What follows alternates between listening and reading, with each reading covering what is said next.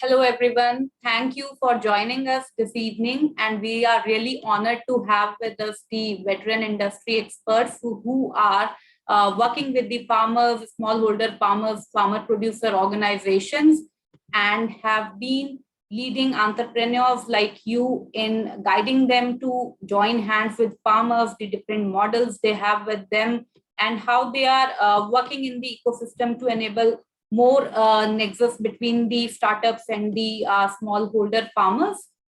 We are honored to have Mr. Sridhar Ishwaran with us, who is the founding member and Senior Vice President FPO at Samunati Financials.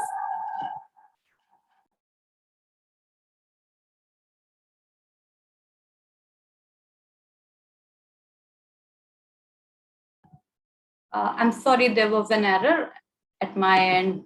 Yeah. So Mr. Sridhar, he's known for his 35 years of experience across projects, management, risk management in the banking industry. And at Samunnati, he's working for capacity development of the FPOs aligned to Samunnati's AMLA approach, which is aggregation, market linkage, and advisory. So the capacity development team at Samunnati focuses on the market linkages, access to finance, technology, and advisory aspects. Thank you, Mr. Sridhar, for joining us today.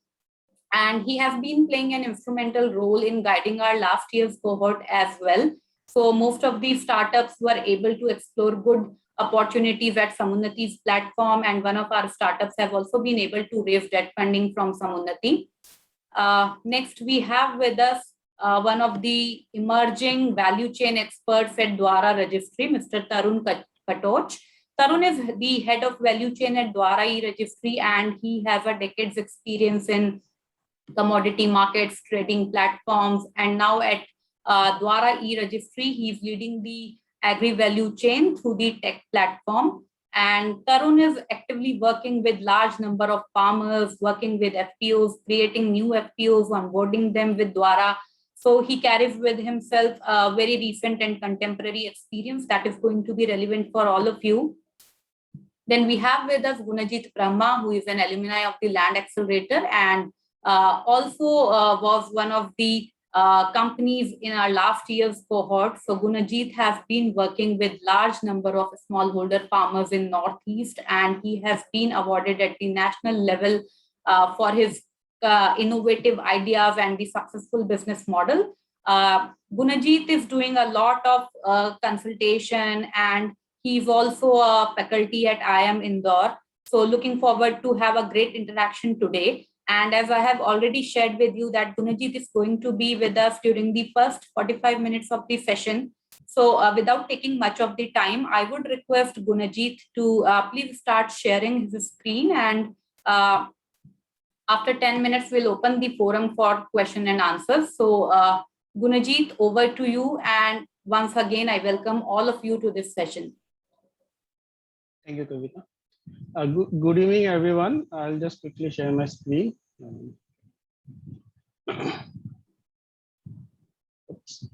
Is it visible? Yes.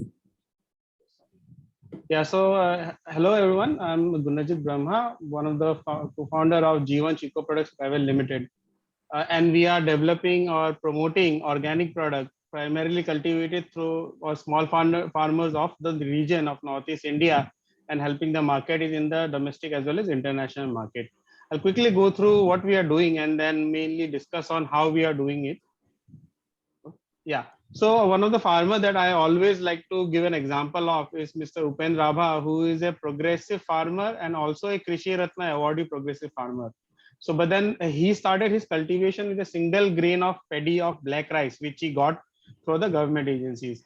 And he has been trying to promote or propagate that product for the domestic market, but were not able to do so. So when we intervened with him in 2015, we started with a 10 kg shipment, trial shipment, which we marketed to almost all the people that we know of.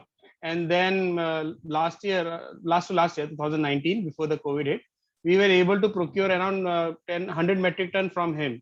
So that's the kind of activity that we engage in with smallholder farmers as well as the farmer collective. So what we have been able to achieve is a solution for the bridge between the supplier or producer of organic product as well as the consumer who is not primarily from the local community or local area, but then are from the metro cities of the country as well as in the international domain. So the objective is again to provide organic product from the Northeast region to domestic and international market. And we're happy to inform that since April this year, we were able to export consignment in the European Union, UK and Netherlands for few of the spices which of Northeast India specifically, which were flagged off by the chief ministers of those particular states from where the sourcing has been done. In the, company wise we are a bootstrap company, but then we received grant from Land Accelerator as well as from Raftar ABI, and has been doing export of market linkage provider for the organic product, and one of our product was gifted to Prince Charles also when he was here.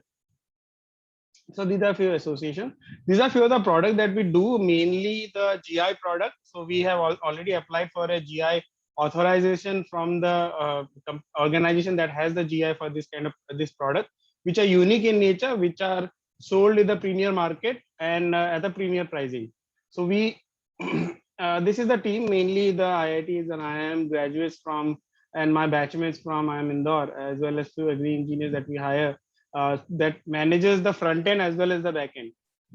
Now we come mainly to the business model on how we do what we do.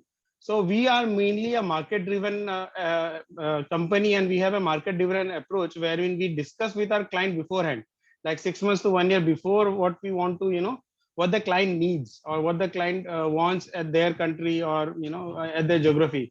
So the product identification happens when there is a query from the client for this one particular product. And then after the product has been identified, lead generation happen, whether the client itself who has suggested the product is going to buy the product, or we can look at other potential client in the future who will be buying the product that we'll be cultivating. Then we go for contract farming with the farmer community, and then just a minute.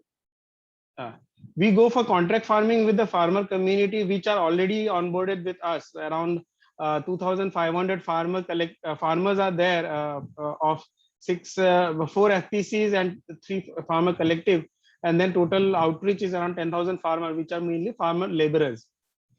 And then we go for a contract farming with a buyback assurance that we are going to buy whatever we are producing. You are producing, I mean, the farmers are producing, because we already have client who are interested to buy that product. And then the transportation and sales happen. So as I mentioned, around 10,000 farmers are associated with us, and we try to provide a fair trade price, which is minimum of 15 to 20% over and above the farm gate price of the product. That's how we were able to achieve not only increase in income for ourselves, but also for the farmer community, which is over 100 times if you see the overall, the total activity of the farmer income. As I mentioned, we are presently for the farmer community, we are based out of Assam, and we have some presence in the state of Meghalaya and Manipur.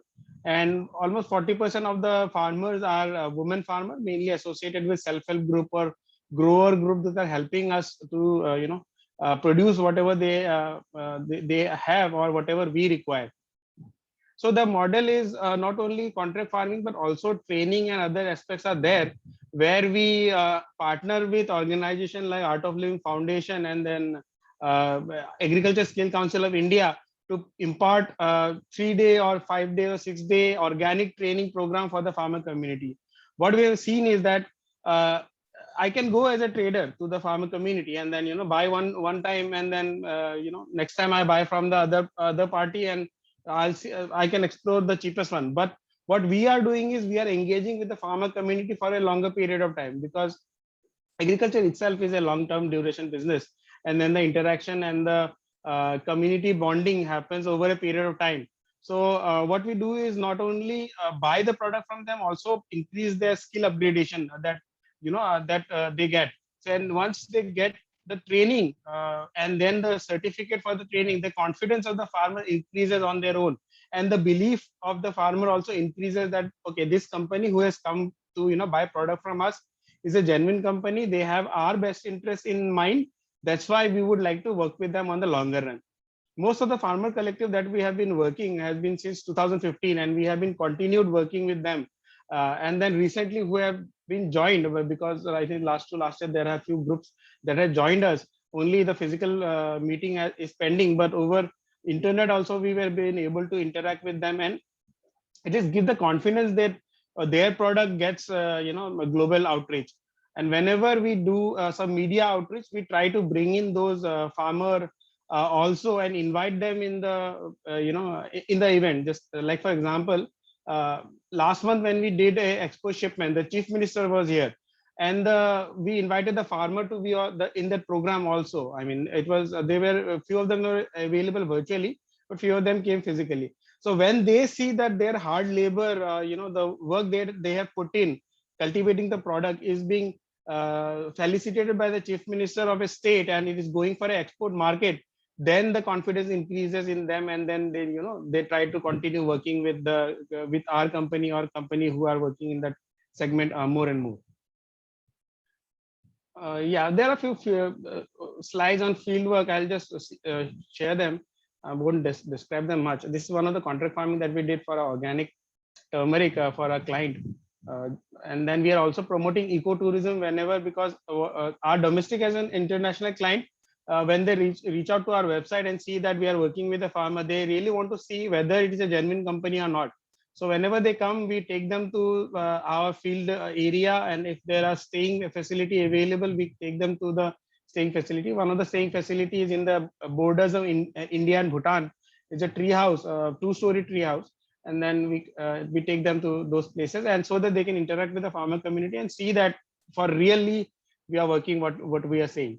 World Bank senior consultant from Denmark has also come in 2018, I guess, to visit, and then he wanted to sit with me in Guwahati, but then I said, sir, let's go to the village, and then you can interact with the farmer directly. What are the kind of activity they are doing, and what kind of intervention they look forward from World Bank. As I mentioned, the training program, these are few of the clients that has come. A few of them from Belgium and Germany has come earlier to buy organic vegetables and fruits. And then was the Netherlands client who have visited us a couple of years last year, just before the COVID hit. So it was their first trip to India, and and they didn't visit any monumental structure. They directly came to us Northeast for the first time in their life, and then directly went to the villages or the farmer collective that we are associated with to see the kind of product that we are, or the work that we are doing. These are few of the technical things. Yeah. Thank you, everyone. This is my contact and email address. If anybody requires, they can WhatsApp me or email us or visit our website to see interact or to have further discussion. Yeah. Thank you. Thank you so much, Gunajit, for sharing your work. And now my colleague Amanda is ready with the poll results that we launched before this session. And we also opened the forum for questions from the audience. So while our cohort is ready for their questions, we can also start with some more questions that my team at Land Accelerator have for you. So once Amanda is done with the poll results, we would be launching the questions for you, Gunajit. Thank you so much for the presentation. Thank you. Yeah, thank you so much, Gunajit. It was just amazing to hear about some of your innovative ideas, such as, I think, including the farmers in these media events, really making them a part of your communication. So that was really inspiring. So how many folks here are working with FPOs or want to work with FPOs already? We can see that 15 already are, but that leaves the other rest of the 38 who haven't yet, but maybe hope to be soon or are just now opening their minds to it. So thank you so much. And folks, if you still want to participate, go ahead and click on the link in the chat. It won't be too late. It'll be fun to see your responses coming up while we go over this. The next question we had was, what techniques has your business already tried in order to gain more market share? We just listed a few. Partnerships with FPOs. Again, the same people who answered the first question answered this one. So that was something that was really the most popular. Some folks have created a demonstration farm, performed field trainings. Few people have offered credit to individual farmers they're working with. and 4 people have done equity sharing or ownership sharing. So very interesting to see that makeup there. And then just we're curious to see how many smallholder farmers the companies here are currently working with. And you could see a really nice bowl shaped that. So 10 of our companies are just getting started, but then you can see on the other end that 8 of the companies who are with us today are working with over 500 smallholder farmers. So we span the spectrum, but I think something that everyone here would agree to is that they would like their solutions or I think their solutions or their business models to be spread to even more farmers. So that's what we're looking for today. And this, I think, was an interesting one. How would different people who, how would our entrepreneurs who are here today, how did they rank different barriers to scaling their business model to more farmers or to more land area? And I guess the one that they seem to think is the most important is lack of money to spend on sales and marketing. So that's great that we're in the Land Accelerator, because a lot of the things that we're working on are different channels for marketing, are how to present yourself in a clearer way, or how to think about things from your customer's point of view. And we already saw by speaking with Gunajit today that he's looking at things from the farmer's point of view. He's saying, let me bring them into these high-level events when we have visitors. Let me share with them how our products are being exported to the market so that they feel confidence in working with me. So that's just one example we've seen on sales and marketing to different people. Some people could say your farmers aren't your clients, they're your partners, but in the same way that you have to kind of convince your clients, your customers to buy from you, you have to convince your farmers to participate with you. So I think this was all the questions. I want to thank everybody for doing that. And I will pass this back to the group for questions. For Gunajit, I did see a couple of hands raised, so thank you guys. Let's see. Hello, Gunajit sir. This is Ashwini from founder and CEO of Suryanirbar Agritech. We are designing and developing, agri implements that are suitable for smallholders and families to maintain their lands by themselves. Majorly who grow pulses, groundnut, maize, and other field crops. So congratulations, sir, that for your journey and being successful in this. So it's very much motivating. I have a lot of questions to you. Actually, I'll a couple of questions I'll discuss. Maybe after the call also I'll surely get in touch with you. I'd like to ask, like the very interesting point was that it's grown using natural farming. Even I've been practicing natural farming last 3 to 4 years. So could some more products be added, because ginger is one of the crops where people widely use pesticides everywhere, and why the same tribal marginal farmers, can they start introducing natural pesticides that the other farmers can start using? What's your thought on that? And also if you could highlight the major pain points of smallholder farmers in terms of getting the work done in time. What are the most top 3 challenges that smallholder farmers face? Okay. To answer your first question regarding this chemical free or natural pest controlling agent, there are programs. I mean, the training that we provide, it's a 3-day module training through our with Art of Living's Agriculture Institute.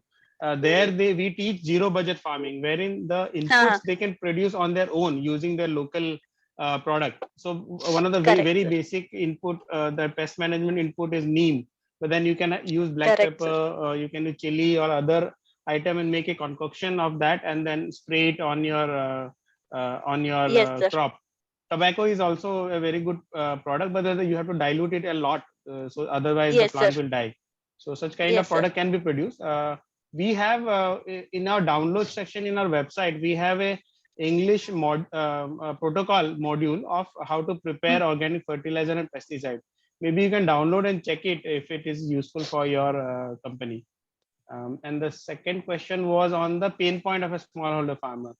See, the smallholder farmer is mainly a producer farmer. They are not going to, they are going to sell the raw material to an intermediary, and then from that it goes to a trader or retailer or whoever.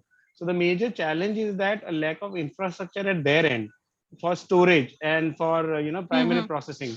Storage is a major one. I think there are few companies are solving it using solar based cold storage unit if it's a fresh produce. Even for dry item like a paddy, the storage is difficult, so they have to store it in their own maybe a bamboo shack or locally made hut, and then the shelf life gets reduced. So later on when they try to sell it, maybe say for example 3 months or 4 months down the line, the prices that they expect does not come by. So that is one of their major challenge. Working capital requirement or cash in hand is another challenge. I think other companies are working on it. I mean, someone is Sridhar sir is there, so he will be able to tell you more about how they are helping smallholder farmers with finances. And then the third issue is of controlling of pests and other insects and pests, wherein a smallholder farmer will depend on a larger farmer or a medium scale farmer of their community to provide the solution to them. The larger farmer will go to the city to buy the ingredient, whatever is required, pesticide or fertilizer, and then give it to the local farmer, and then it is given to the used by the local farmer in the field. I hope I am able to answer your questions. Yes, sir. Yes, sir. One thing I wanted to ask, like many farmers these days would want to use ready products, right? So if these natural pesticides can be made by these tribal farmers and sold, what's your thought on that? Yeah, it is very much possible. What we recommend when we have a farmer collective of 500 farmers, and in each 500 farmer is breakdown into FIGs, a farmer interest group of say for example 25 farmer each. So there are 20 groups, right? So when we train them, we don't train all the 500 farmers to make fertilizer or a pesticide.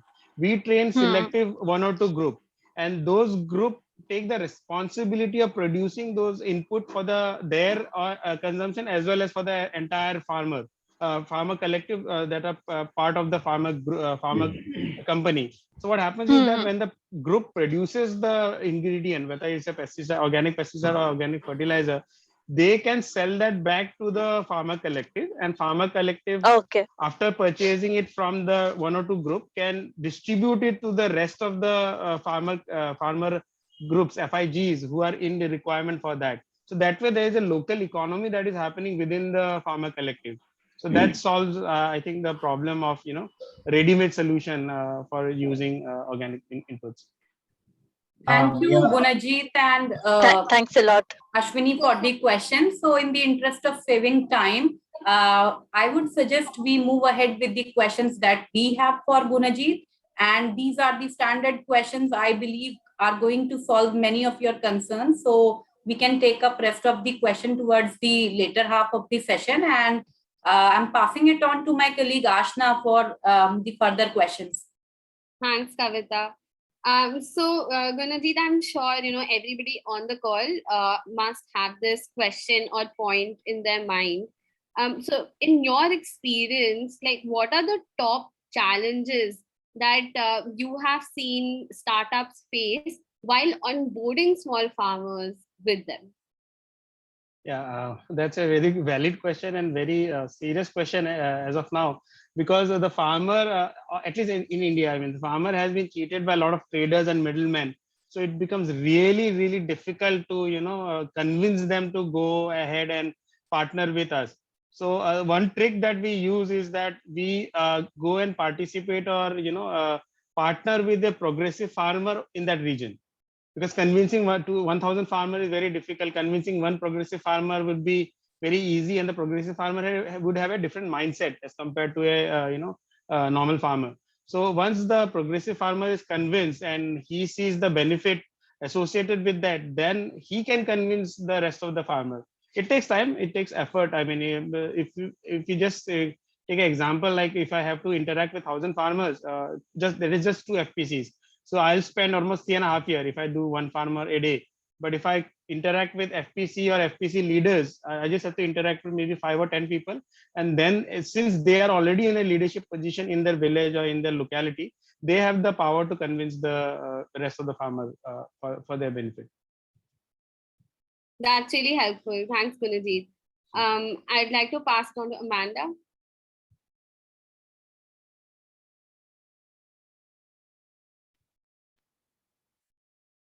Or Kavita, you could go next. Amanda's on. Okay. Yeah, you are unmute, Amanda. So thanks, Ashna.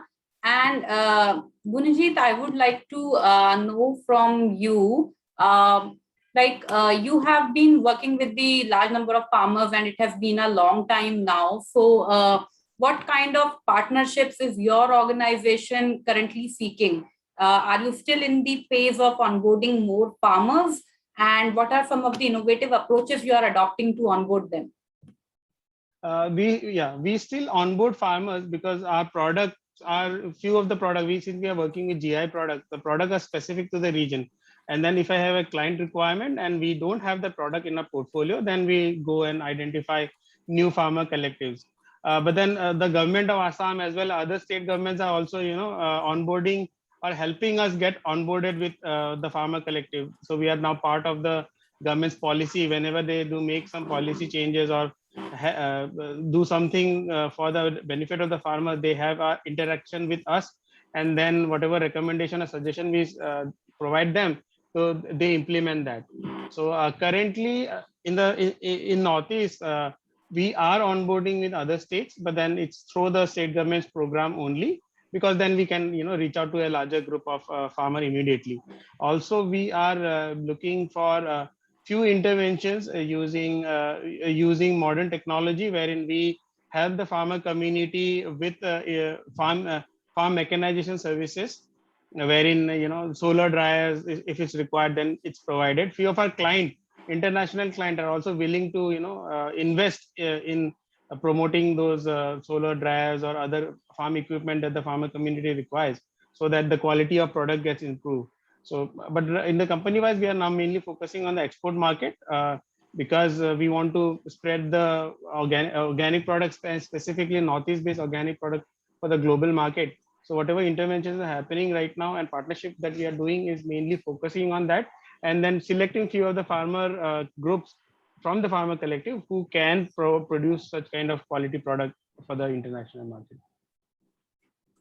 Thank you, Gunajit. And I would also like to ask one more question. So at this moment, would you also like to share that what is one of the core operational or managerial tool that you are adopting for scaling up at this point? Maybe a platform or a technology app or some other platform for that has called for smallholder farmers. Do you have any recommendation for the cohort? For market linkage, I can say because we use not tool per se, but then we use a lot of international market linkage websites wherein we put our profile. There are few free profile websites. There are few paid websites which enable us to have a global presence. So whenever the client searches for us in Google or searches for, say, for example, organic product from India, then in their language, in their country's language, the our profile gets presented to them, because there is this international marketplace where we have a profile, and then the client can see that in the that the marketplace is of their country. So that brings in a more of a transparency as well as more of a confidence in the client that okay, this company is seems to be genuine. Let me have an interaction with them. Apart from that, for local level, we are not using much of a technology as a tool, but we are using few what I'll say packaging best practices. Like since organic products are very prone to insect infestation, and we cannot use anything to overcome it apart from carbon dioxide flushing. So we use a lot of hermetic bags or bags which are airtight and does not allow air to pass in or to pass out. So it preserves the product for almost, the shelf life increases by around 1 year by only using that bag. Also for export shipment, we use a lot of moisture absorbers and oxygen absorbers to preserve the quality of our product. Vacuum packing is another solution that can be looked upon if the client is looking at international market. Thank you so much, Gunajit, for sharing the practical experiences. And we would be getting in touch with you after compiling the questions that we have from the cohort for you. Thank you so much for joining us today. And we would definitely like to invite you and stay in touch with you for the upcoming mock pitching sessions and for helping our cohort to develop their pitch decks. Thank you so much for joining us today. And now, thank you, Gunajit. Now I would like to request Mr. Sridhar to kindly share his presentation and start sharing his experiences.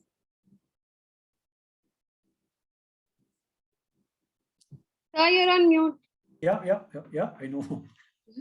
Thanks, Kavita, for the introduction and for this opportunity, and to Ashna and Amanda also, and Gunajit, wonderful presentation. Yeah, good. We were able to articulate, yes, and especially when I see the work what you have done with the smallholder farmers, I think the mission of Jeev is actually connects with the mission of Samunnati, which is making markets work for smallholder farmers, right?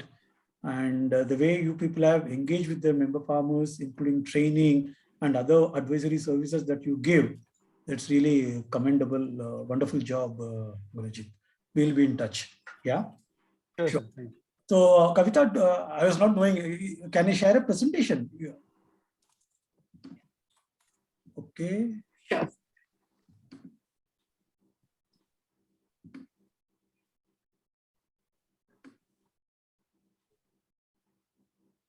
We can see it, sir. Yeah. Can see it. Okay, let me see. Yeah.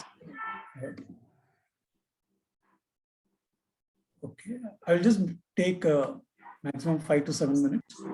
Great. Basically, Samunnati, just to give a context to all the people who are there on the call today. So we are a non-banking finance company focused only on the agriculture value chain, which means any product and services or solutions that we give has to be agri-aligned, right? So that way, our mission is making markets work for smallholder farmers. As you all know, in India, 85% of the farmers are smallholder marginal farmers. So we would like to engage with them. And today, many of the member farmers are still under the clutches of the local shopkeepers and the money lenders. So how do you really provide good solutions for them so that they are able to really do agriculture the way they have to, and they make some money out of it. So that's what is Samunnati's mission, to make markets work for them. Yeah, we are a non-banking finance company because we are in agriculture. There is a commodity, so we also have another subsidiary which is Samunnati Agro. Through Samunnati Agro, we take care of the entire aggregation, market linkages, and advisory services. So that's what is Samunnati. We are a 7-year-old organization. When we started, it was in Tamil Nadu. Now we are in 19 states. Yeah. In fact, we have also entered into Northeast, just because Gunajit is also there. We also have a presence in Northeast now. And in this last 4 years, which is active operations, in the 19 states, we are closely working with, don't go with these numbers, we work with close to 750 plus farmer producer organizations and cooperatives. Plus, we also work on the demand side of the business. We work with 1,000 agri enterprises. That's where Samunnati is able to connect the market linkages also. These are some of the models. I will skip through this. I will come to the slide, which is, this is a slide where you see we work on the entire value chain. So if you see on the right-hand side on the top, that represents the demand side of the business where they need commodities. So we work with large institutional buyers like ITC and many of the large processors. We also work with top aggregators, traders, right? They all represent the demand side of the business. To support the demand, we also work on the supply side. On the supply side, we work with farmers, farmer collectives, cooperatives, farmer producer organizations, input suppliers. So that way we cover the entire value chain, right? The moment anybody external world comes and talks to us, Samunnati, non-banking finance company, agriculture, immediately they look at and connect us as a microfinance. We are not a microfinance company. My loan ticket for a farmer can be a 5,000 rupees, can go up to a 20 crore for a large institutional buyer. So that is a range we operate. Similarly, agriculture, every commodity has got its own life cycle, right? For a maize or a tomato, my crop cycle can be a 90-day or a 120-day tenure. Whereas somebody who is into a processing, I can go up to a 5-year loan. So that is the range that we operate. And as I rightly said, what the solution I give it to a tomato cultivation cannot apply for a banana, because banana is a 1-year crop, right? So that's how Sammunati understands the needs of the crop cycle. We understand the needs of the stakeholders in the value chain, and accordingly we customize the product. If I have to give one simple example, a farmer who is growing a tomato connected to a FPO, I can give him a 90 to 120-day product. But the moment the tomato is moving up the value chain and it passes on to a trader or an aggregator, he may need only a 10-day working cycle, right? If you take the same commodity tomato, it goes to a processing unit. For him to process the entire tomato, make it into a ketchup or some other pulp or something, and it takes another 6 months for him to sell. So might be my customization product for a processor in a different way. So that's where the commodity is tomato. As and when it passes through the value chain or the actor in the value chain, my customized solutions pitch it. That's how Sammunati's expertise is. We understand the value chain. We understand the needs of the value chain, what they want. And also we customize the repayment so that all our repayments are aligned to the cash flow when it accrues. It doesn't look like, I just give it to the farmer and say, pay within a year. No, it doesn't work like that. We understand when the crop cycle and the harvest will come.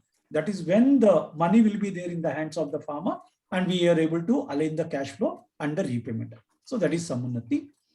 What we do as a bank, we are a little different. Ours is not a traditional lending approach.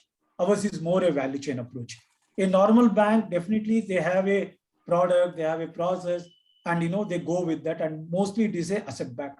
Whereas Sammunati looks at more a value chain approach. We understand and we don't look at the lag indicators, because whatever has happened in the past has happened. But what is important is the lead indicators, what he is currently doing and what is his approach to the value chain in the upstream. That's where we look at the focus, and accordingly we structure our product. So Sammunati's entire credit assessment is more on the value chain model, not on the traditional credit lending what any bank does, right? So what are the solutions that we have for the FPOs? And FPO is an important constituent for Sammunati. Why? Because if I have to go to one farmer, it will take time. Whereas an FPO or a cooperative, they engage with 500 to 2,000 farmers. So if I engage with FPO, I am able to connect with 500 farmers immediately. And with all these member farmers attached to an FPO or a cooperative, I am able to give them all the solutions under the AMLA framework, which is aggregation, market linkage, and advisory. So aggregation helps the FPO to understand what is the working capital requirement. Just to give an example, if an FPO is working with, say, 500 farmers, if all the 500 farmers are cultivating the same crop, and what are the input requirements, might be they have aggregated the demand, that helps them for a better bargaining power with the input supplier, and they get a discount of 25 to 30%. But for them to book that order, they need a working capital. So Sammunati gives them the input flow. So that is our strength in terms of understanding what their requirements are.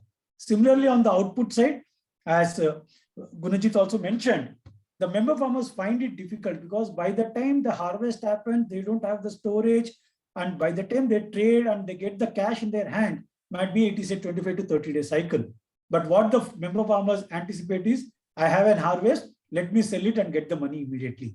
So what we tell the FPO is, we will give you the working capital, let us pay the farmer immediately on harvest so that he is happy and he is getting the better price.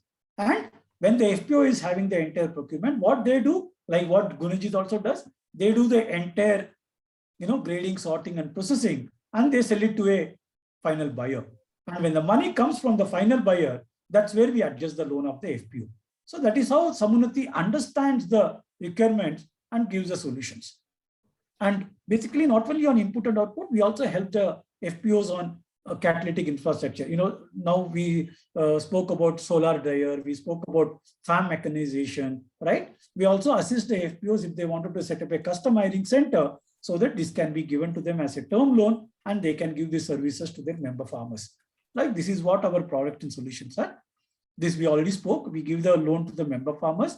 We also give them procurement loan and the input loan.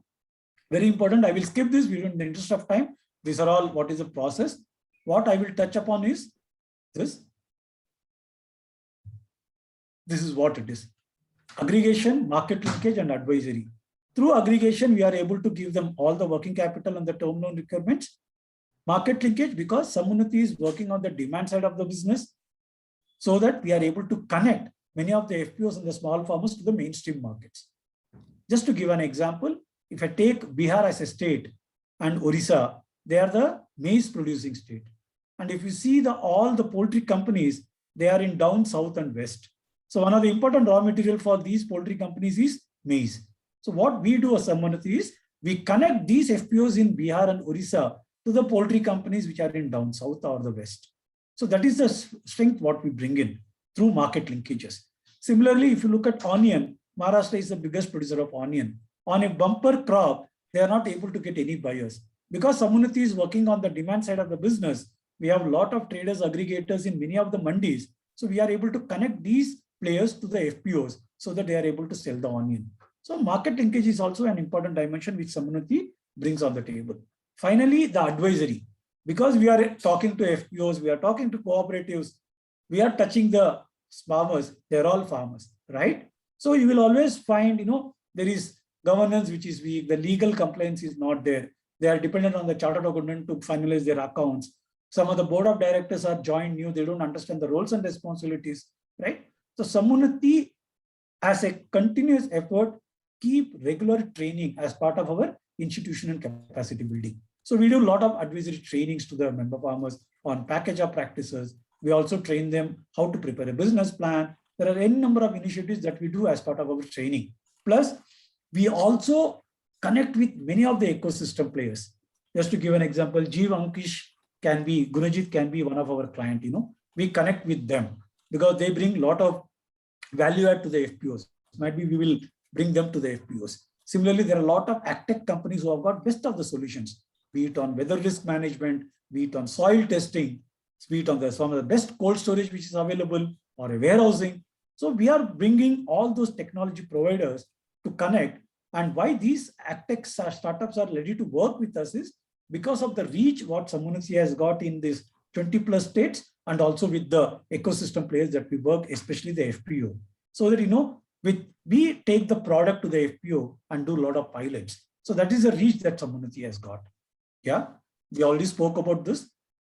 First, we do the assessment, then we do the engagement with the FPO. Finally, we look at the achievement in terms of the impact that we have got. What could be the impact? The member farmer base have got increased. They would have become active. The turnover of the FPO would have gone up. The margins would have really bettered for them. They are able to make profits, right? A lot of impact analysis that we do over a period of time. So that is what it is. End of the day, why we do this? Strengthen the organization performance, improve their governance and leadership, increase the active membership base, right? A FPO will come and say, I have 1,000 members, but only 10% is active. There could be multiple challenges.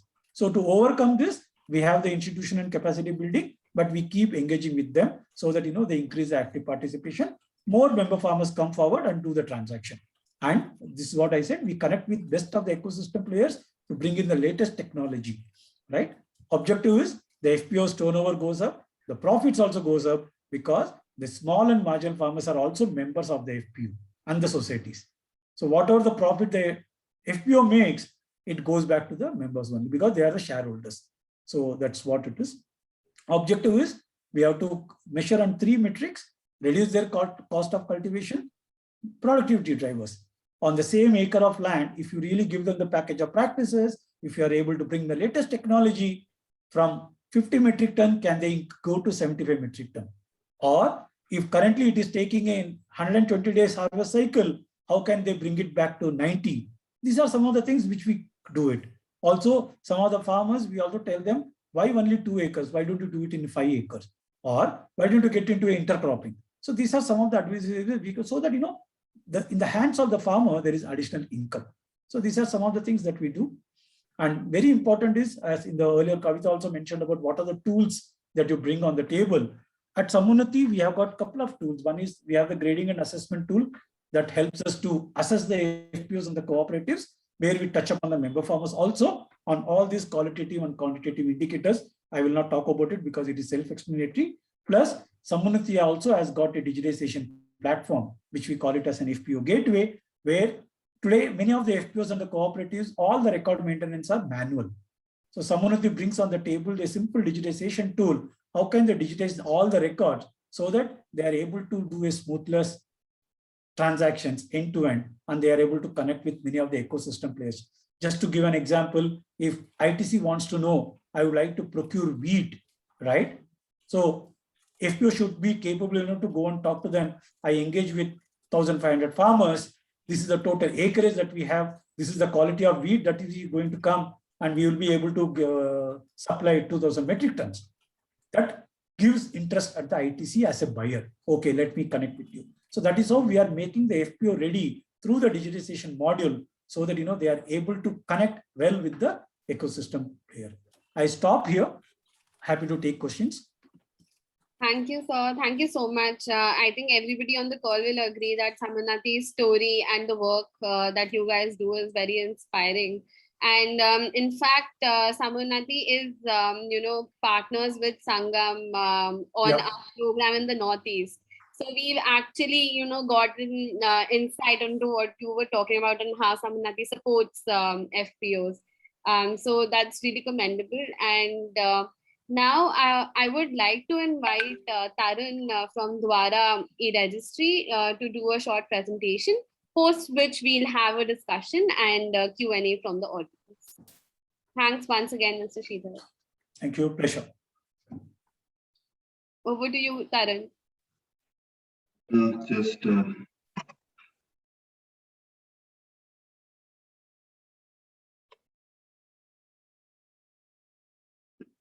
Let me know when you see the screen.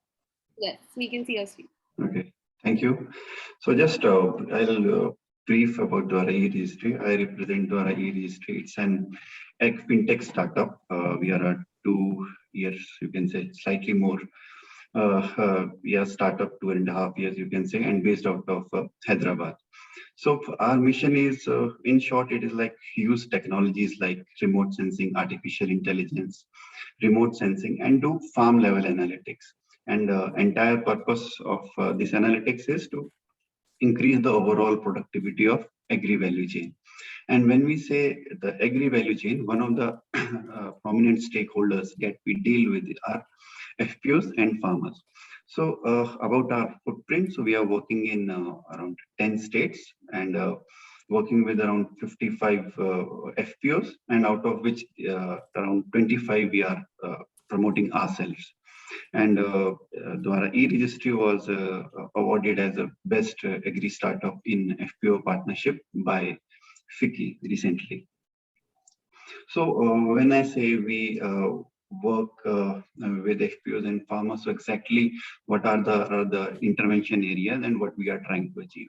So there are 5 main fields where we intervene. So we try to reduce cost of cultivation for the farmers by providing them inputs at a competitive price and best quality inputs. Then we do make them aware, provide the advisories, how they can improve the productivity per unit of land. Then third important area of work is better price realization of whatever the farmer is producing. Fourth is financial connect. Majority of our farmers belongs to small and marginal category, and majority of them doesn't have access to credit. So we develop our in-house technology so that maximum of these segment of the farmers get the finance facility. So when I say financial connect, it is farmers first, and then also to the FPOs we are partnering with, and then generating the secondary source of income. So farmers are very much dependent upon the agri income, and it's very cyclic, twice a year, and very prone to weather risk, etc. So we try to diversify the risk, encourage them to take the further activities like preparing yellow sticky traps, pheromone traps, undertaking mushroom cultivation and other activities, so that their dependency sole on agriculture is diversified, and then their income becomes kind of a monthly or regular, and their risk is much lower than what they are currently facing. This is the slide I'll focus more on. So what approach we take when we say we are addressing the 5 main domains of the issues that farmers face. So we have in-house developed a platform which we call as the Doordisti platform. So our approach is we want to target the farmers and help them in the succeed. But the road that we take to achieve the number or the scale up is through aggregate model. So we approach the FPOs, present our model, and we ourselves are forming our FPOs. So when we deal with the FPOs, our intention is, so FPO is nothing but an aggregation of the farmers coming together and forming a company and working for the farmers. So if first we are able to make FPO successful, then we have already handled the majority of the problems that farmer face. And then from that FPO, after making it successful, we can go deep and then select the farmers who need the financial assistance. As I said, like majority of our farmer doesn't have access to finance. So we take this route. So first making the FPO successful, then selecting the farmers based upon their working, what they are doing, how's the transaction with the FPOs, and then reaching to the farmers and providing them the credit as per their requirements. So it's a 3-stack approach that we take: FPO stack, analytics stack, and lending stack. So briefing about each. So in FPO stack, first we start with collecting the farmer data. So it is an assisted model where we have our own field staff who collects the information of the farmers, his land holding, where it is, and we geo-reference the land, we digitize their land holdings. Once we have static data of the land holdings and other information about the farmers, we begin collecting the kind of dynamic data, like what they are growing in a particular season, which crop they are growing, and what is the date of sowing. So when you know the area under cultivation, date of sowing, and the crop, you can easily estimate what will be the input requirements and what will be the output production going forward. So once we have all this information, then we move one step ahead.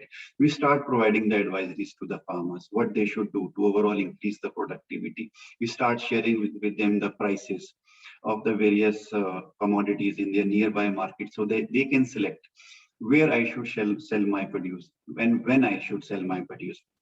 Then weather information, so that they can take informed decision on which agronomic practices they should follow at what time. So example, if there is a rainfall forecasted maybe next day, so it's a clear-cut indication that farmer should not go for a spray of a chemical or a fertilizer, otherwise it will be a wastage of money and labor. So weather information is very important to plan the activities.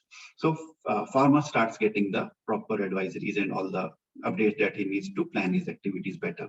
And then parallelly, FPO gets the information how much input he should buy, in which month, how much quantity of input he needs. Example, if fertilizer is sprayed 3 times on a crop, then he did not to invest all his money in a one go. So he can plan in a staggered way and purchase 3 times. So credit can be utilized in an efficient way, inventory can be managed.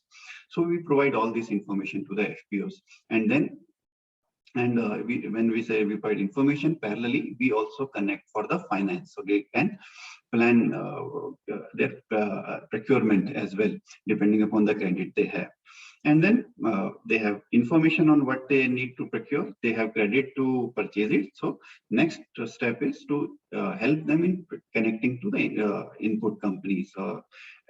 You can say seed companies, fertilizer companies, machinery companies, all the companies that are dealing in agri, and it is important for FPOs to connect their farmers with. So we connect them with all these players. So when the FPO is connecting directly to these players, then the cost of cultivation can be reduced for the farmers. So that is done. And then during the when the harvest comes, so we use remote sensing technology regularly. We are monitoring what is the health of their crops and what could be the tentative production. So when FPO have an idea what could be the tentative production coming up, they can plan for market connect better. So then we help them in proper market connect. So I'll cover all these activities in further slides. So we do that, and then so all this, so farmer is getting information, FPO is getting all the products and market connects. So it covers majority of the issues. But then there one thing that is missed is the finance that a farmer need to carry out all these activities. So seeing the farmers trades or transaction with the FPO plus the activities that he is doing in the field. So we have digitized information of the land holding of the farmer, and we through remote sensing we are regularly monitoring. So we see how he has performed in past 3 years, and then overall farm data like drought or flood that is happening in this field, then credit scores. So we filter the farmers that are credit worthy, and then we select them, and if they are interested for the loan products, we provide them the credit. And then it's majorly it's all digital platform through which they get the credit. So to carry out all these activities, majorly we have 3 platforms. One is web interface for an FPO, where they can, which is a dashboard where they can see on the real-time basis what is happening in the field, and then they can take a business call what needs to be done. And then it's a farmer app which provides them weather advisories, prices, and all this crop advisories. And then it's a Krishak Sathi app. This is our employee who is in the field and collect the farmer information, and that gets reflected on the FPO dashboard. So, like Mr. Sridhar said, it's one of the important part of offerings that you should provide a holistic solution or an entire ecosystem-based approach you should have. So we follow the same. So one individual or one company cannot provide all the solutions to the FPOs and farmers. So you need to partner with other stakeholders. So we do the same. We partner with resource institutions who are forming FPOs. We partner with online trading platforms to connect these FPOs to the derivatives as well as e-spot markets. Then warehouse service providers where farmer can store their produce and take funding, collateral funding, and prevent from distress selling. Then research institutes to find the best way to reach the farmer and provide best offerings. Then we connect to the buyers, and it ranges from traders, MNCs, processors, exporters, so wide range of these participants. Input companies covering all the major categories, seed, fertilizer, pesticide, everything. Then credit and insurance institutions and government bodies. So we are working with both central as well as state government bodies. Then so what exactly solutions we provide to the farmers? So to help them in taking the right sowing decision, what crop they should go for, we provide them future prices as well as current market prices. So how the farmer is taking decision is they are seeing last year prices, and whichever crop is giving them the best price, they go for same crop. So when all the farmer are growing same crop, then definitely the production will be high and the prices will fall. So we guide them what is the futures prices and current prices, so that instead of going from past price, they should see the future and then decide the crop. Then agronomic practices, we share with them the advisories as per good agriculture practices, so that they can take a right step which are needed to overall increase their farm productivity. Then in order to reduce the dealer influence on their purchase decision, when we are sharing the advisories, we give them a chemical name so that the farmer can go and ask the input dealer about the product based upon the chemical name, and then compare the various product, and whichever is the price competitive, that they can buy. Otherwise, dealer is selling something which offers him the highest margins, not what is required by the farmer. So we kind of reduce the dealer influence. Then we share the weather forecast with the farmers for next 5 days, and it's a block level. So the accuracy of this weather updates is quite high, and the farmer can plan for their agronomic activities. Then credit availability. So we provide credit to the farmers. It's a pre-harvest credit, and we have developed in-house score, which we say as a KID score, which helps lending institutions to lend to the farmers. So what Khed score is, just briefly, Khed score is the score which we drive from using the analytics and the remote sensing, seeing what has happened in the farmer field in last 3 years, how many crops he has taken, what was the health of the crop, is the irrigation facility is available or not, was there any kind of a mechanical damage, was there any flood, drought in the field, how's the nutrient status of the crop, what is the moisture status, soil moisture, plant moisture, stresses. So all these things are considered, and if we see that the farmer is really performing well, despite he is small and marginal, but agriculture practices that he is following is really good, then definitely he should get the credit. So we analyze all this information, pass on to the lender, and they are lending to the farmer. So we have seen many of the farmers who are not getting any kind of credit from organized players. Now they have started getting credit. Then we connect them to the warehouse service providers which are WDRA approved, and they can auction from their produce from their warehouses as well as go for financing. Then price dissemination, we provide prices of more than 2000 APMC market and 75 commodities, so that farmer can decide where they want to sell. And then whenever the FPO is procuring some commodities, they know through the app, the farmer app, that which commodity they are procuring, and if the prices are good, they can sell. Solutions to the FPOs. So first we digitize all the working, the farmer information, the crop they are growing, what is the stage of the crop, what is the health of the crop. So everything is digitized, and then if all the information is available to the FPO, they can easily manage their farmers, communicate with them in a better way. And once we have the crop information, then we help in input, demand, and facilitating in the transaction. So we have month by month demand, farmer by farmer demand, and then we aggregate it, connect them to the input suppliers as well as credit, and then they can place the orders. Then through remote sensing, regularly we provide visibility on the crops. So what is the health of the crop, whether there is stress or it's in excellent condition. So everything is visible. And if there is some kind of stress or some issue, then FPO, so we share the regular reports to the FPO, and FPO can tell their farmers to take corrective action. Example, if there is a moisture stress and we inform that your ex-farmer in Y field is having moisture stress, then FPO can contact their ex-farmer and tell them that please you take up this irrigation and it will improve your productivity. So that level of monitoring we do. And then forward and backward linkages. So we connect FPO to the input suppliers as well as the buyers. And in buyers, it is spot platforms, electronic platforms, and all these things we explore. Then getting finance. Excuse me. Hi, Yeah. Tara. This is Amanda. We do need to move to question and answer. So if you can Sure. wrap up in the next couple of minutes, thanks. Sure. So next is financing to the FPOs. So depending upon the demand, we connect them. Then we provide a platform so that they can do all the accounting facilities. Then if they want to undertake contract farming traceability, our platform provides this facility. If it is for communication, we have a communication engine which helps in connecting them to the farmers and also guiding them in other business activities like preparing yellow sticky traps, mushroom cultivation, and other things. So overall, this helps in proper planning of the FPOs.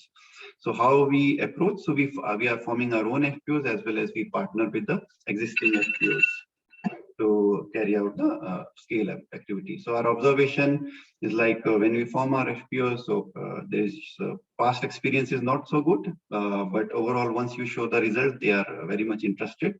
And in existing FPOs, not many FPOs are performing well, but wherever they are, you need to create a kind of awareness that what investment can help them in increasing the overall business.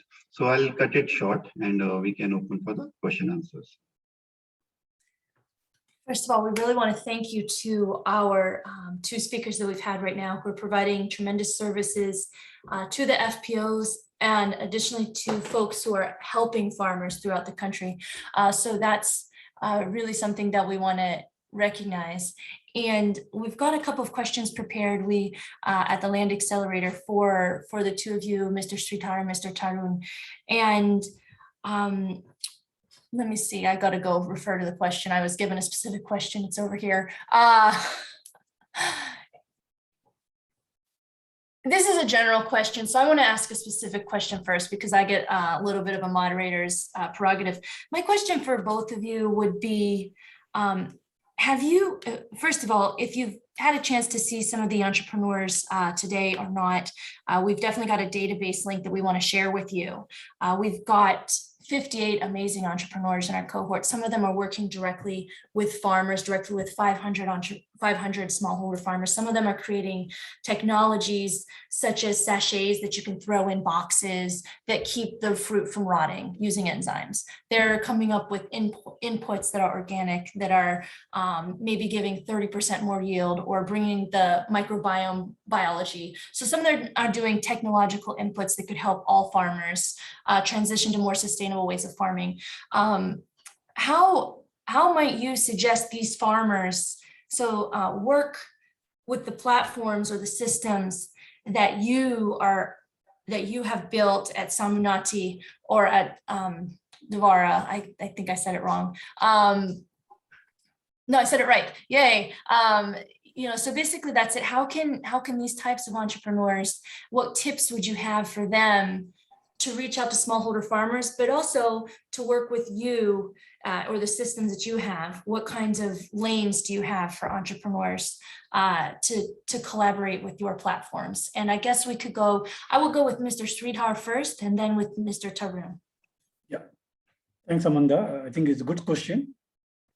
What we believe is, technology is going to be the game changer in the agriculture, number one. And we have seen a lot of agtech startup companies come out with best of the products and solutions, right?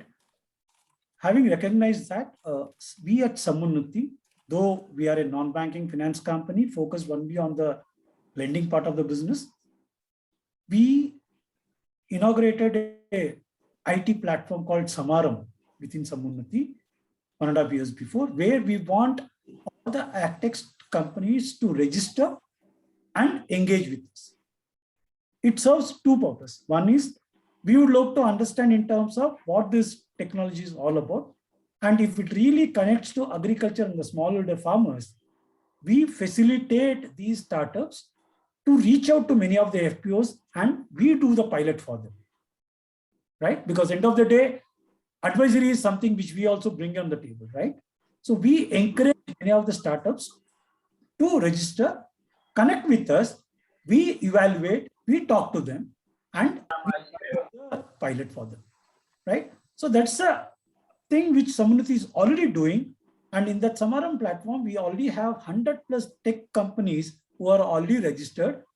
Many of the tech companies, we have already gone ahead and deployed on the ground just to see whether it really adds value to them. I can give an example. We have worked with companies which is into soil testing. In fact, Tarun, who is part of the call, Tarun's technology we have deployed in the Kate score, what he mentioned. We have a couple of FPOs, we have done the pilots, right? So similarly, any agtech companies, we work with many of the insurance service providers, the weather companies. There are startup companies who are very good in cold storage, solar technology, dryers, solar dryers. We connect with them. They wanted to engage with us because of the reach that we have connecting with the 750+ FPOs in 20 states, right? So we understand and we work with them. So we more than welcome all the agtech companies to partner with us, collaborate with us, so that together we can take these solutions to the smallholder farmers. Thanks. Thank you so much. And I dropped the link to the Saram platform in the chat box if anyone there would like to click open it while we're here today.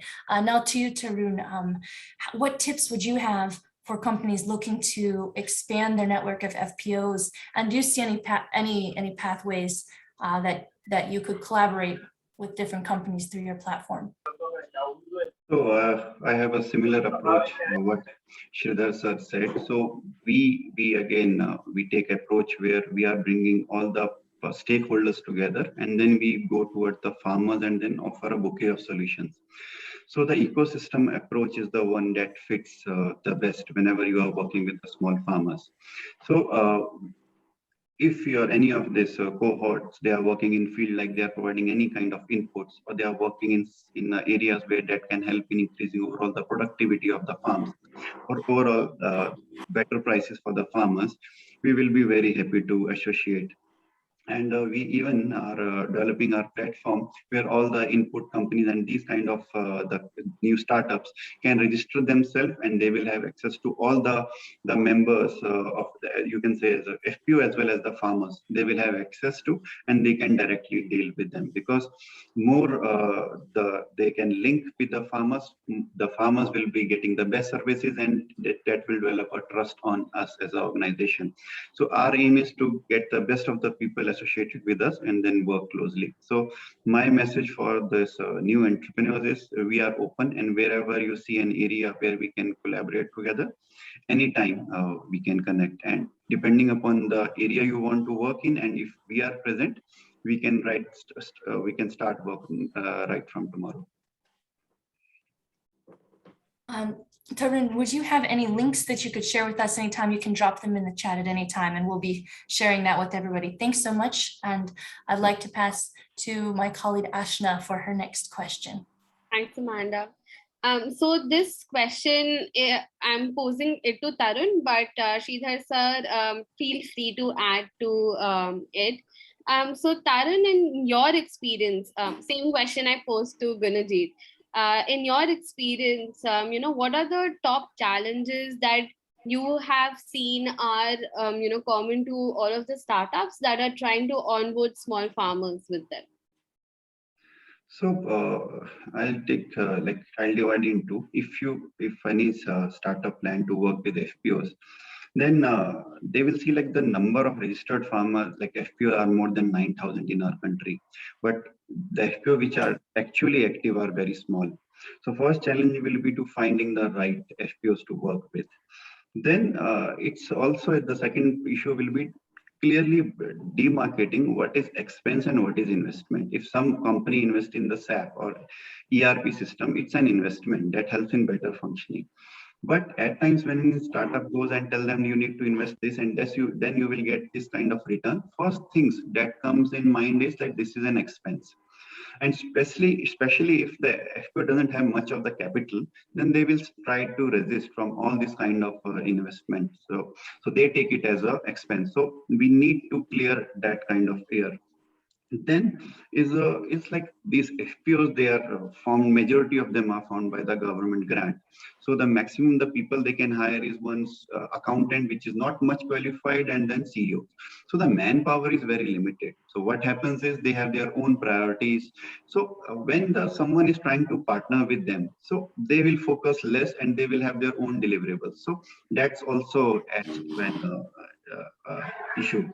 And then the last thing I like to add is in here, it's like there will be difference in the speed at which any startup works and how this FPO will be working. So this FPO and farmers take their own time in executing things, but it's become difficult for any startup to run at same pace. So they need to work with the multiple aggregators to achieve good scale. So that's, I think, on the FPO front. And if we say on the farmer front, it's when you try to approach small and marginal farmer, it will take a lot of bandwidth. As Mr. Brahma had earlier said, 1,000 farmers, one farmer in India, it takes 3 years. So it takes a lot of time, investment, manpower, and everything. And then another thing is trust. So whenever we approach farmer, even to onboard them on FPO, someone would have approached them and they would have been cheated. So they don't trust easily. So aggregated way is the best method, but it carries its own limitation, but it doesn't mean that it's not a proper way. Now more and more FPOs are coming up, so that's the right way to approach. But yeah, these are the limitations that any FPO should be well prepared to while approaching them. Thanks, Tarun. Very valid points. And in fact, one of your points, FPOs being only formed, basis government schemes or subsidies. And, then towards the end, they don't actually turn out to be sustainable because they're only dependent on, the promoting organization or the government subsidies and grants. So thanks for your points. And Mr. Sridhar, if you would like to add. Sure. Whatever Tarun has said, I really echo that. Adding on to that, one of the important things for any agri-entrepreneurs or a startup is you need to spend a lot of time on the ground to understand this. Because, in agriculture today, whatever level we are in, data is not available. Everybody is getting into that, slowly, slowly it is picking up, and, it will take time. Without data, you will not be able to do that. So, anyone who is getting into this, you need to be spend a lot of time, and you should have a clear focus on what is that you wanted to do. What happens is, the moment you go and connect with any FPO or a cooperative or something, you get into a lot of other things. I can do this also. That should not be the case. Then what happens is, we are not able to, focus on what is that your deliverable is and what is that your product which is going to add value. So that is what is important. And one of the challenges which is there is data being not available. You just cannot come out with a product immediately. Might be, you come out with a version 1 and spend time on the ground seeing whether it works, tweak it. Then again, you come out with a final product. Second, to do all those things, I will say I will not call it as an advice. Basically, when you have to be in agriculture, and especially when you are connecting to cooperatives, farmers, FPOs, patience and discipline, very important. That's very tough. You cannot come out with a product within 6 months. It takes time. It takes time, right?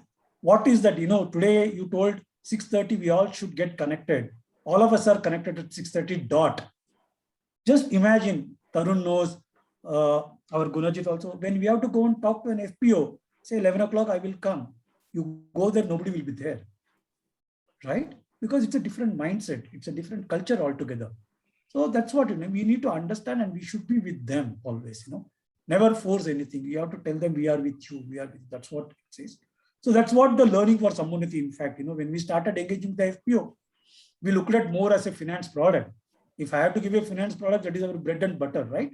Then we thought, no, let us coin that AMLA framework, put that framework on the ground, and focus more on institution and capacity building. That is the advisory piece. Now, slowly they get to know, oh, this is what it is. It doesn't come. Then slowly we came up with our digitization tool, the Samaram platform. We came up with the pay card solutions. There are n number of things which we developed over a period of last 2 years, right? That's based on the learnings, based on some of the things what we got connected with the smallholder farmers. Yeah. Thank you. Thank you so much, sir. Thank you for your insights. Now, I would like to pass on to Kavita for our last question before we open for Q&A. Thanks, Ashna. Actually, we had a long list of questions, but in the interest of time, I would like to cut it short and would go for one last question. So this conversation went on going more interesting, and we have to cut down the questions. So it is for Mr. Sridhar. I want you to express your views and thoughts on how should the existing public or private agencies that have been mandated for creating FPOs, be it NABARD or SFAC or NAFED, how they should start working on some startup FPO engagement network also. Should they start working on it, or the approach should only be just on creation of more and more FPOs? As we are exploring the nexus between startups and FPOs, should government also come up with a kind of new innovative approach? See, the learnings of the past is already been factored in. And what this time they have also done is they have also given a mandate to one of the big 4 companies as the NPMA, right? ENY.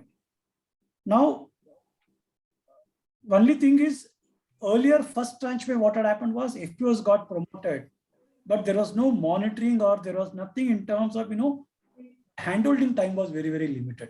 By the time you promote an FPO, you bring all the member farmers on board, you form a board of director, and you do all the licenses and all. That itself should take 1.5 years, right? So, and by the time you start connecting with them, your grant money is over, and people really find it very difficult to take on from there. And adaptability at the FPO level is very short. The moment there is a change of person or a change of someone, they are not able to adapt very quickly. So that was one of the things one should take into account, because the time needed has to be looked into. Number 2, and also the approach, right? By the time you onboard everyone, it takes 6 to 8 months. Rather, approach should be now that all the tools are available, right? You just have to go and digitize day 1. So at least in 2 months, 1,000 member farmers records are digitized in terms of, as Tarun was saying, what are the crops that they grow, what are the types of inputs that they buy, where they sell, what is the acreage that they have, how much yield that is coming, what are the alternate sources of income, do they hold farm machinery with them. With this data available within 2 to 3 months, definitely they can always start, because many of the FPOs, which according to me, when they started is, they always start with the low hanging fruit, which is opening an input shop, right? Rather, my approach should be a different. The moment data is available, he is a farmer for 30 years and he has been cultivating. The crop is already available. And one of the things which the farmer faces is how to sell, how to connect to the mainstream markets. My advice to the new FPOs will be, come with the approach which is a market connect. Bring that confidence in you so that the member farmers are able to engage and they will be able to scale. So a lot of things are happening. But again, the earlier, whatever the policies and all, people used to do the institution capacity building more like a checklist.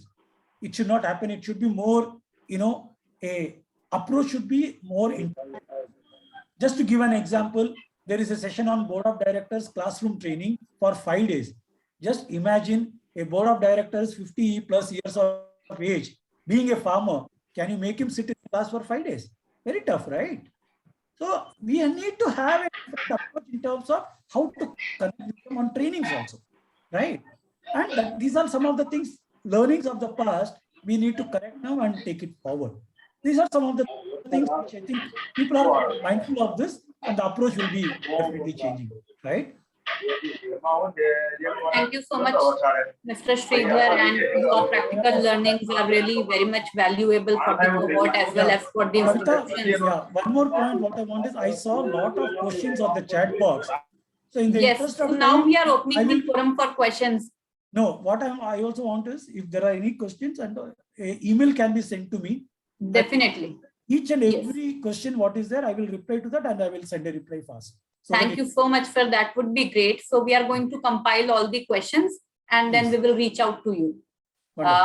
Thank you, Mr. Sridhar and Tarun, for your valuable inputs and the really relevant learnings from the ground that you have shared with us. So we have got to know that these ag tech companies and other startups, they have a huge scope to solve the information asymmetry that is existing in agriculture supply chains.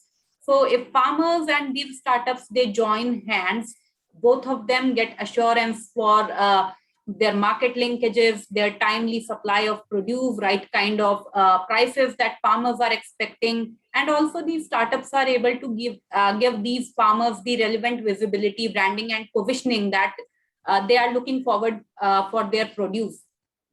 So we are opening the forum for, say, next 10 minutes we have. We are going to take up some questions and then we will compile the rest of them. So I can see in the chat box, we have question from Srinivas for Tarun. Like he's saying, all the farm monitoring requires measurements to collect data and manage it, remote sensing, etc. How does Dwara achieve their objectives?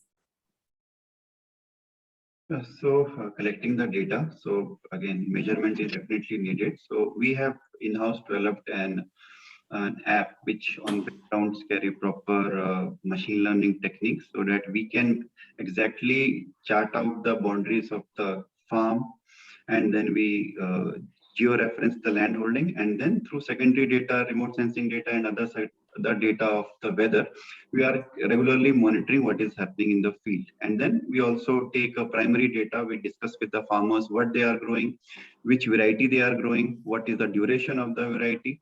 And all this information is collected, and then it is analyzed and then shared with the FPO, which helps in translating into business. So what is growing, all these things, and then what the farmers requires accordingly. And then later part, when the output will be coming, based upon the remote sensing, we monitor what's the health, then tentatively what will be the yield, and then planning for the output connect. So it is using the technology that we have in-house developed plus the man in the field. So both are used to capture the data. Thanks, Tarun. Next, we have a question for Mr. Sridhar from Dr. Madhurita. Is the funding via Samunnati collateral free? Yeah, we don't take any collaterals. Kavita, I would just like to remind you to share the attendance link. I think everybody is waiting for the attendance link. Yeah, sure. Thanks for that. Thanks for that. Please take up the questions Yeah. while I'm sharing the link. Yeah, Kavita, I have put my name, mobile number and email ID on the chat box for everyone to see. Only request is you can call me. I may not pick up the call because in a meeting or something, but the moment I pick up the call, see an email, I will definitely connect you to the right team, because in whichever state you are in, whichever this is, I will be able to connect you to them. So I will prefer you send an email to me. I will see that within 24 hours, I respond to you with the right person to get connected. Yeah. So This will be a great support, sir. So what all should they mention in the email for them to? They just have to introduce and they just have to say what requirement that they are looking at. That's it. Okay, awesome. We have multiple teams, right? Accordingly, I will connect them. Yeah. Okay. Should they also mention the states that they're working out of, or any? Yes. Yeah, that will. That in the introduction profile, a 3-4 lines, that's sufficient. Okay. So next question for you from Ajitesh, that how do you circumvent bad loans that form a major percent of marginal farmers? And he's also mentioned that government. Understood. I saw that question. So basically, he is bang on the question in terms of, many of the public sector banks, they actually have that waiver of this, because we don't get that. So our entire, if you see my presentation, our entire credit appraisal is more on the value chain approach, not on the traditional way of lending, right? And what we believe is a social capital, trade capital that is being established between the cooperative FPOs and their member farmers, right? As I said, a FPO may say I have 500 farmers, but only 100 are active. So that is a social capital that they have established. So we will work with this 100 first, slowly, gradually move up. And also, when the procurement happens, we don't just look at even the procurement. We understand in terms of, after getting the procurement, which is the institutional buyer or a trader to whom they are selling. So we have a visibility on that. And based on that, we arrive at the working capital solution, and we also track the repayment when it can come. And we also have a deduction at source mechanism and escrow mechanism, so that the activity is monitored end to end, so that we don't have any surprises at the time of repayment. So this is our approach. Thank you, sir.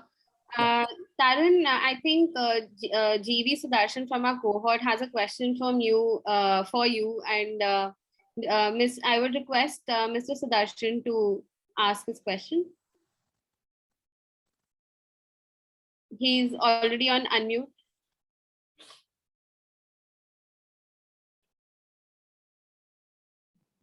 Okay, I guess.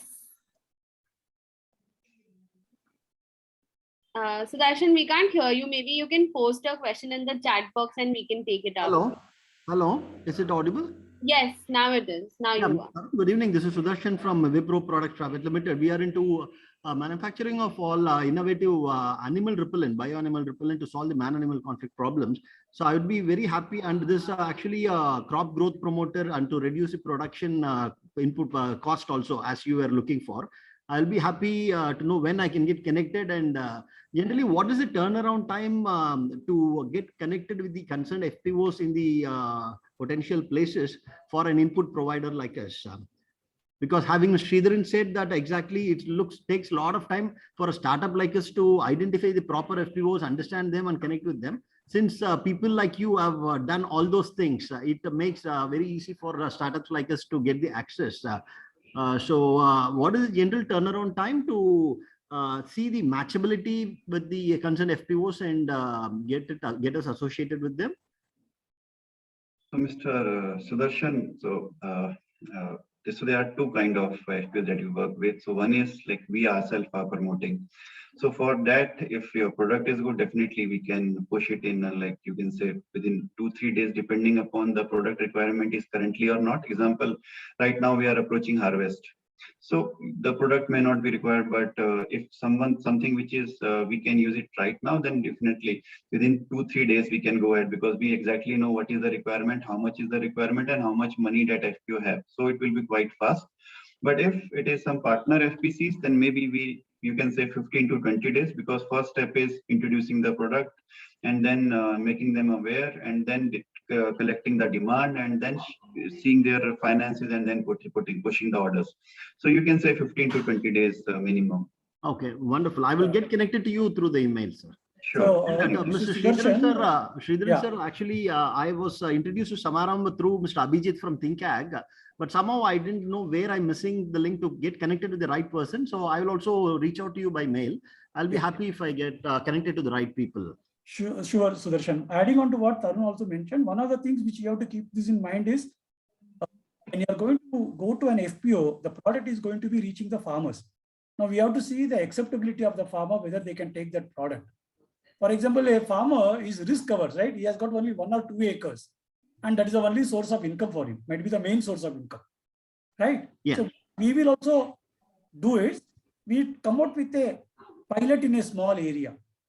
Yeah, we do the demo, sir. We actually, our So process that's is what. first to show the demos and do a subsidized demos and then go for the commercialization. Exactly. That's So how what we are we doing also we will also help you is to connect with an FPO and try to together. We both can do a small pilot, showcase them. This is what it is, and once the pilot is successful, then we can reach out to more number of farms. Yeah.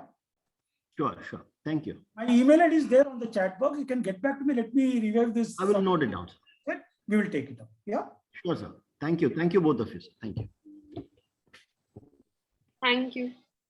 So Kavita, do we have more time or should we wrap up? Should we close? So I I have suggest, a hard stop. I'm sorry. Okay, no problem, sir. Okay, Kavita, to you. yes. So we would be passing on the relevant questions to you and Tarun sir. And thank you so much for your valuable time. As I already said, you have been a part of the Land Accelerator since last year, and people are tremendously benefiting from Samunnati. So looking forward to have a great partnership with you in the coming years as well. And thank you so much, Tarun, for joining us this year. And we are also looking to develop a valuable partnership with Dwara e-Registry. Thank you so much for joining us today. And now we would be having some closure remarks for our cohort. So thank you so much. And you may like to drop off the call, sir. So thank you so much, Sridhar sir. Thank you, Tarun, for joining us today. Thank you so much. Thank you. Thank you. Thank you.